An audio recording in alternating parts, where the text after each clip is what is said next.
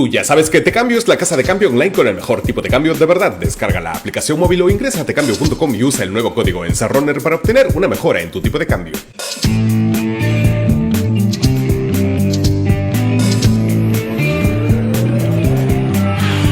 Hola, soy Marcos Cifuentes, bienvenidos al Encerrona, tu mini noticiero en pandemia. Hoy es martes 18 de octubre de 2021 y ayer el dólar cerró al alza, subió 0.46% y se cotizó en 3.949, casi 4. Esto se debe en parte a que el fin de semana las calificadoras de riesgo S&P y Fitch Rating rebajaron la calificación crediticia del país, que es algo que se venía a venir, porque esa calificación se dio en el contexto del enfrentamiento grave entre el Congreso y el Ejecutivo, un enfrentamiento que ya parecía haberse calmado gracias a la salida de Bellido, pero que corre un grave riesgo de reactivarse gracias a un fichaje delirante ocurrido ayer. En un tuit con foto y todo, el presidente Castillo anunció nada menos a Ricardo Belmont como su asesor. Ella no es cosito, yo no soy cosito. Ella de vez en cuando me agarra, pero esa es otra cosa. Este Ricardo Belmont, un señor que reúne todo lo malo posible, misógino, xenofóbico, homofóbico. Pero que el poder gay se instaló el poder gay, porque yo estoy de acuerdo que sean gays, pero no que institucionalicen la mariconada. Pero quizás lo más peligroso en este contexto es que el señor es negacionista del virus. Nosotros hemos tenido que desmentirlo en este programa porque dice cosas como esta. Cada vacuna que te metes, escúchame bien, te puede matar, te puede dejar estéril, te puede volver impotente y te puede cambiar tu ADN. Pero ¿quién es Ricardo Belmont? Los más jóvenes ya no lo recuerdan, así que les quiero mostrar este reportaje que hice hace exactamente 15 años, en el año 2006, cuando postuló al Congreso al señor. En 1986, Ricardo Belmont Casinelli le dijo a 70.000 peruanos que ellos, Gente honorable y gente decente, serían los dueños de un canal de televisión. Quienes confiaron en Belmont compraron cada acción a $1 y entre todos pusieron $3 millones para el canal del pueblo. Y ellos, me refiero a Ricardo y a su familia, no pusieron nada, solamente $600.000, pero ¿en qué? En escritorios, muebles, sillas. Por favor, señorita, Canal del Pueblo, inclusive hasta puesto RBC, todos sabemos que es Ricardo Belmont Casinelli. Con el paso de los años, los 70.000 RBCistas se dieron con la sorpresa de que sus acciones de $1 terminaron valiendo exactamente 0.0000010. ¡Y eso no es justo! Pero en los años 80 Belmont era un personaje que se marketeaba como positivo, buena onda, apapachable, la gente lo quería y terminó, aunque no lo crean, de alcalde de Lima. De hecho, él fue el primer outsider de nuestra historia, como Fujimori o como el mismo Castillo. Un outsider, alguien fuera del mundo de la política que termina ganándole a los políticos tradicionales.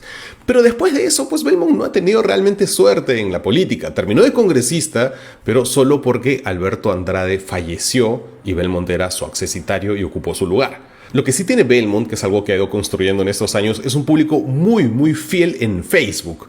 Un público mayor, casi todos, al que les dice cosas como esta. Castillo no es nada.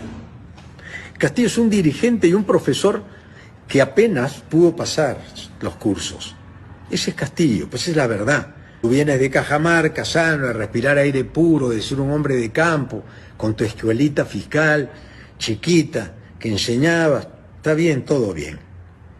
Lo ponen de presidente por error y ahora tenemos esto como resultado, que nos han endilgado a nosotros un hombre que va a caer y va a caer por su propio peso. Por ejemplo, hace unos días nomás Belmont rajaba de la actual primera ministra Mirta Vázquez. No dio ni una ley, no apoyó nada siendo presidenta del Congreso. Y ahora es presidente del Consejo de Ministros y yo no sé qué habilidad tienen estos caviares para meterse. Pero la pregunta es por qué Castillo lo ha convocado como asesor, y no solo lo ha convocado, sino que lo ha anunciado con bombos y platillos. Belmont ha sido cercano a Perú Libre, sí, fue su candidato a la alcaldía de Lima hace un par de años, sin suerte por supuesto.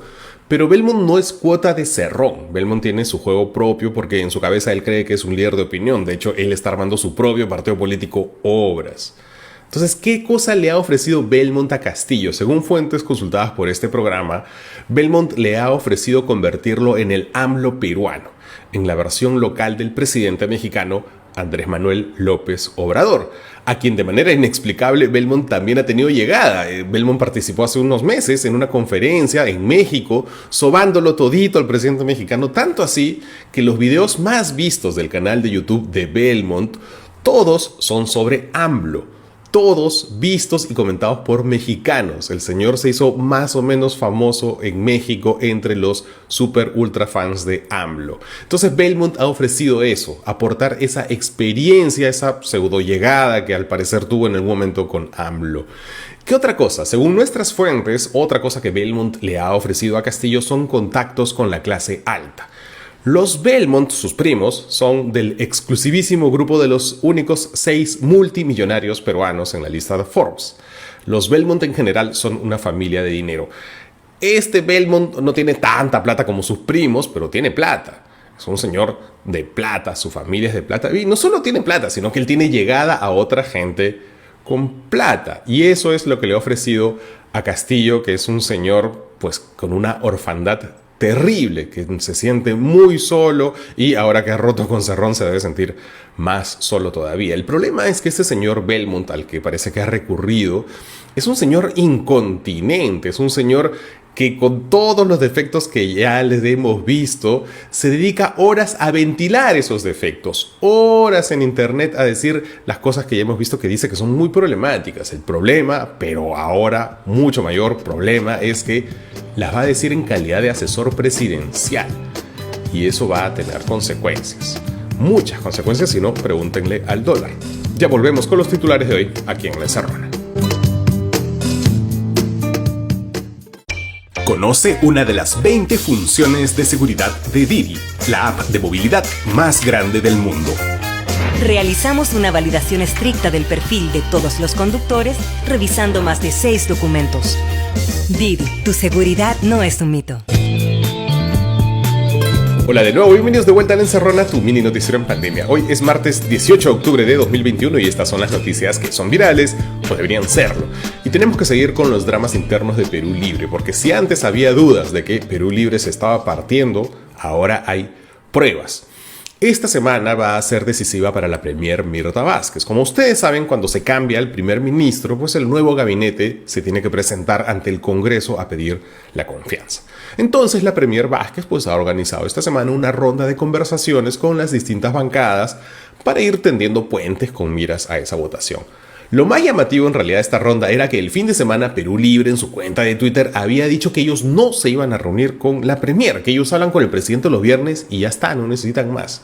Entonces la chotearon, obviamente, porque está Cerrón muy resentido con toda esta situación que hayan sacado a su amigo Bellido. Pero ayer 17 congresistas todavía pertenecientes a Perú Libre desobedecieron el mandato cerronista y se juntaron con la primera ministra. Si a esos 17 tú le sumas a Betsy Chávez, que es ministra y congresista también, y también le sumas a Bermejo, que parece estar liderando su propio juego por el momento cercano a Castillo, pues resulta que hoy el castillismo tiene unos 19 congresistas y el cerronismo pues 18. Esa bancada entonces se ha partido casi por la mitad, 19 y 18. Pero puede ser incluso peor para Cerrón, porque según un informe de Martín Hidalgo para El Comercio, en realidad solo hay 12 congresistas oficialistas del lado de Cerrón que mantienen su decisión de no respaldar al gabinete. O sea que hay 6 cerronistas que podrían transfugar al castillismo. Ahora ya lo único que falta es que esta ruptura se oficialice y que los castillistas terminen formando su propia bancada. Vamos a ver si eso sucede. Hablando de Mirta Vázquez, la premier se pronunció sobre el rochosísimo pedido de impedimento de salida del país para el recién nombrado embajador en Venezuela, Richard Rojas, un personaje, pues como les dijo Romina ayer, que no solo no parece tener demasiados méritos para ser embajador, salvo haber acompañado en la campaña Castillo, sino que además está siendo investigado por el caso de lavado de activos de Perú Libre, pues un caso por el cual este embajador en Venezuela pues parece que no va a poder ir a Venezuela. Ayer el Ministerio Público presentó, como se les adelantamos en el programa, presentó ante el Poder Judicial un pedido de impedimento de salida del país por 12 meses para este señor. Ese pedido se va a evaluar hoy día. Como todos ya saben, este protoembajador Rojas quiso retirar 376.930 soles de una cuenta de ahorros a nombre de Vladimir Cerrón. Ante esta situación que ya es francamente farsesca, restablecer de facto las relaciones con Venezuela e insistir con un embajador sin méritos que ya había sido rechazado por Panamá, que sea un investigado por lavado de activos y que además ahora la fiscalía esté pidiendo que no salga del país. Ante toda esta situación farsesca, insisto, la pobre Mirta Vázquez tuvo que salir a decir: si hay una investigación y si hay alguna orden judicial, seguramente se va a tener en cuenta para una evaluación de la permanencia del señor. Esperaremos los resultados de la investigación. Pobre, ¿no? Los sapos que hay que tragarse en política a veces. Y hablando de gente que entra y sale del país, Migraciones ha dispuesto el inicio de la investigación por presunto reglaje a políticos y periodistas en el Jorge Chávez. Como recordarán, Christopher Acosta de Punto Final este domingo reveló que un grupo de trabajadores de Migraciones en el Jorge Chávez pues hacía capturas de imagen de la información personal y migratoria de políticos, periodistas y todo tipo de figuras públicas en realidad. Entonces, cuando el pasajero famoso entregaba su pasaporte, estos patas tomaban su fotito y difundían estos datos en chats grupales que tenían ellos en WhatsApp entre sus trabajadores de migraciones. La información privada que aparecía ahí son datos personales, destino de viaje, aerolínea y número de vuelo. Este tráfico de información ha sido un secreto a voces hace años, sino como se enteran muchos de mis colegas cuando la gente de la farándula o el deporte salen o entran del país y entonces ellos van a ampallarlos, ¿no? Entre los personajes cuyos datos eran traficados, no solo había gente políticamente sensible, que es lo que más se ha difundido, sino también estaban Advíncula, el Cuto Guadalupe, la Yajaira Plasencia, Tilsa Lozano, Ricardo Morán y hasta Doña Peta, la mamá de Pablo Guerrero. Entonces esto no es reglaje realmente, es tráfico de información. Tiene años ocurriendo y la verdad es que ya era hora que caiga toda esta gente. Y el ministro del Interior, Luis Barranzuela, se presentó ayer ante la Comisión de Defensa del Congreso. Él tenía que responder todos los cuestionamientos en su contra, porque son 150 sanciones que recibió cuando era policía, la investigación fiscal por presunto peculado, sus declaraciones contra la erradicación de la hoja de coca, el hecho de que haya sido abogado de Perú Libre, de Cerrón, de Bellido, una investigación de lavado de activos, en fin, un rosario de cuestionamientos, de los cuales el señor respondió poco menos que la mitad. Alegó que muchas de las preguntas eran de carácter privado, personal, y por tanto, pues los congresistas lo citaron de nuevo a una sesión ya reservada. El hecho es que este señor pues no puede seguir en el Ministerio del Interior, ¿no? Es una locura con alguien con esos antecedentes. Hay demasiados vínculos, sobre todo con dos temas muy candentes.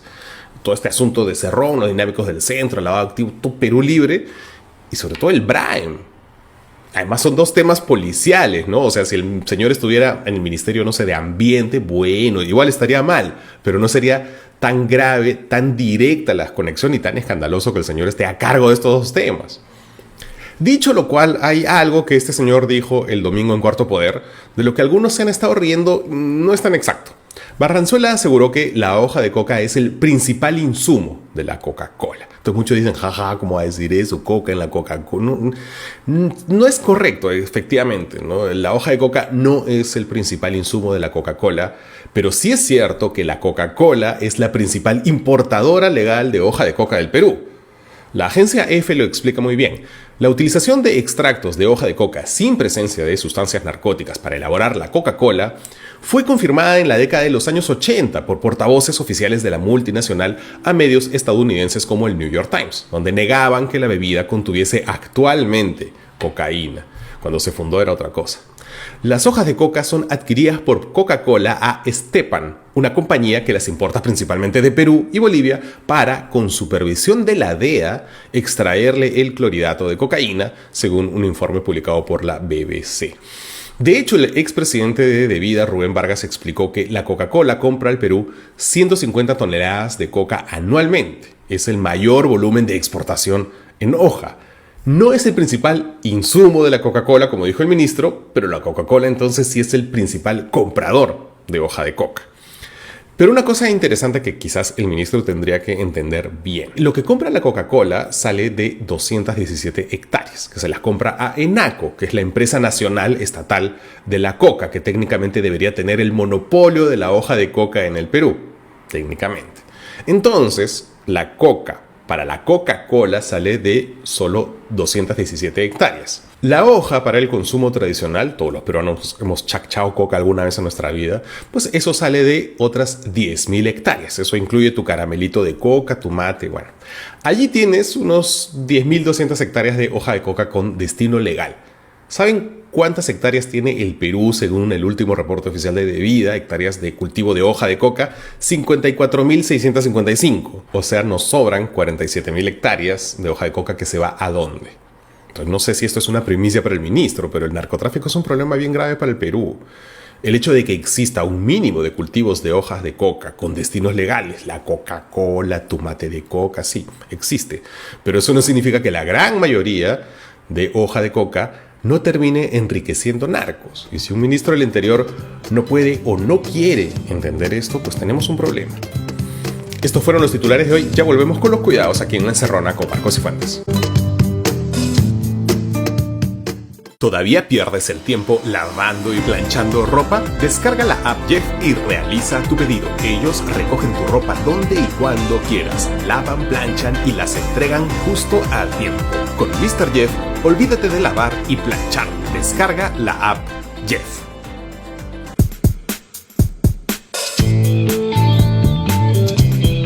Bienvenidos de vuelta a La Encerrona, tu mini noticiero en pandemia. Y hoy nos cuidamos de las fake news, un fenómeno cuyo peligro a veces parece que no terminamos de entender en toda su magnitud. El fin de semana se hizo viral un video de un par de señoras sanisidrinas que se metieron a hacer un escándalo a la librería Book Debunked, porque esta librería había cometido el pecado de acoger una entrevista al expresidente Sagasti y vender su libro allí. Por supuesto, lo único que lograron estas señoras es que al día siguiente se agotara el libro de Sagasti en esa librería. Por cierto, ya me dicen que ya llegó un segundo lote enorme del libro ante su tirada gigantesca, pues al éxito que tuvo gracias a este video. Pues ahora hay más libros de Sagasti en esa librería. Hasta aquí la cosa pues es entre patética y graciosa, ¿verdad? Una nueva confirmación de que nuestra ultraderecha tiene bien ganados los adjetivos de bruta, porque puede haber cosas más brutas acaso que atacar una librería, ¿no? Ir contra los libros, ya no hay nada más bruto que eso, ¿no? Y el otro adjetivo es achorada. Y el achoramiento, la malcriadez, la prepotencia surgen de la impunidad con que estas personas pueden expresar su brutalidad. Entonces, la brutalidad y el achoramiento vienen amarrados. Pero las señoras de la librería resulta que solo fueron la versión nice de lo que se vivió ayer, porque anoche Sagasti se presentó en otro local en Barranco y entonces allí se aparecieron la insurgencia, la pestilencia, estos grupetes a bloquear las salidas, a agredir no solo a Sagasti, sino a los que querían comprar su libro, a generar violencia como lo vienen haciendo impunemente hace años contra decenas de personas. Entonces Sagasti tuvo que prácticamente huir arrastrado por la policía como si él fuera el delincuente. Huyó de la propia presentación de su libro, atacado por gente que no se cansa de exhibir que viven en una realidad alternativa. Gente que desfila todos los días mostrándonos a todos que ignoran asuntos elementales. Y de esa ignorancia, de esa brutalidad surge el achoramiento, que puede ser ridículo como en el caso de las señoras de San Isidro, o puede ser violento y peligroso como el de los agresores de ayer. Por eso es que en este programa entendemos que en este nuevo mundo en el que cada persona tiene lamentablemente la capacidad de crearse su propia realidad, de vivir su propia mentira y encerrarse en ella, y también sobre todo de ser manipulados por la gente que fabrica noticias falsas, por eso en este programa nosotros creemos que el periodismo no solo es contar la verdad, sino combatir las mentiras.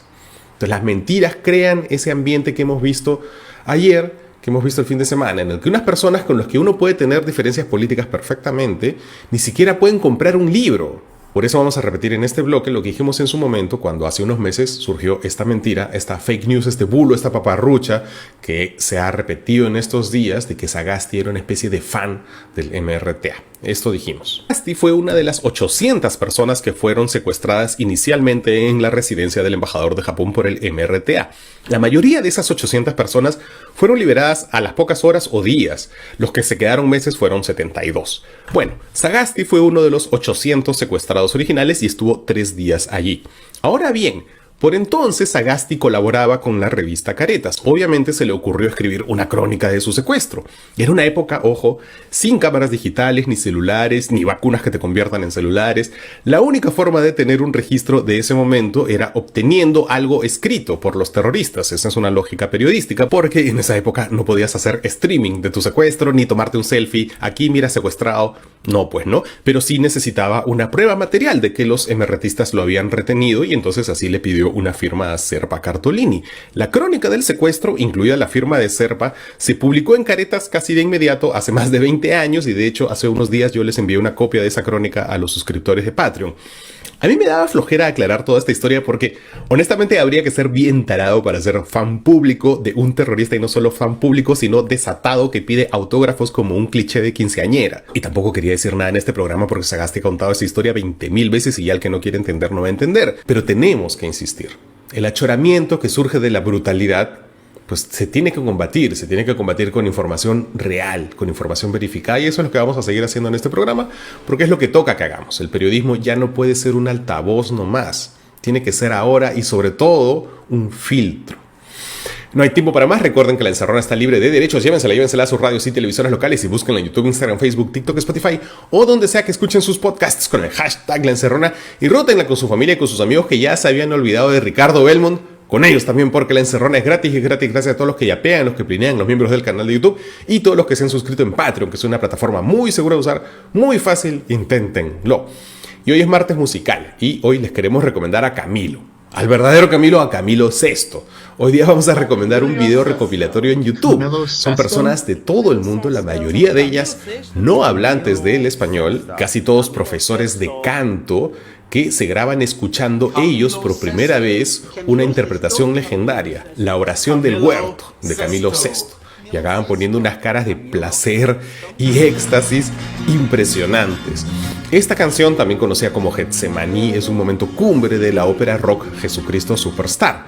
Cuando esta obra se tradujo al español, pues los productores eligieron a Camilo Sesto, que en ese momento cantaba baladas, como intérprete pues de una obra en realidad compuesta para un metalero como Ian Gillan, el vocalista de Deep Purple. Originalmente él interpretaba a Jesucristo en esta ópera rock, pero en español le tocó a Camilo Sesto, y en ese choque de mundos pues Camilo Sesto logra sacarle la vuelta específicamente a esta canción en una interpretación realmente impresionante, que es lo que termina enloqueciendo a estos profesores de canto.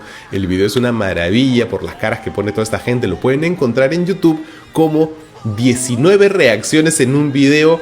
Camilo Sesto, Getsemaní en directo 1977. Búsquenlo, no se van a arrepentir. Eso es todo por hoy. Soy Marcos Cifuentes y esto fue La Encerrona, el único noticiero que te manda un abrazo. Chao, hasta mañana.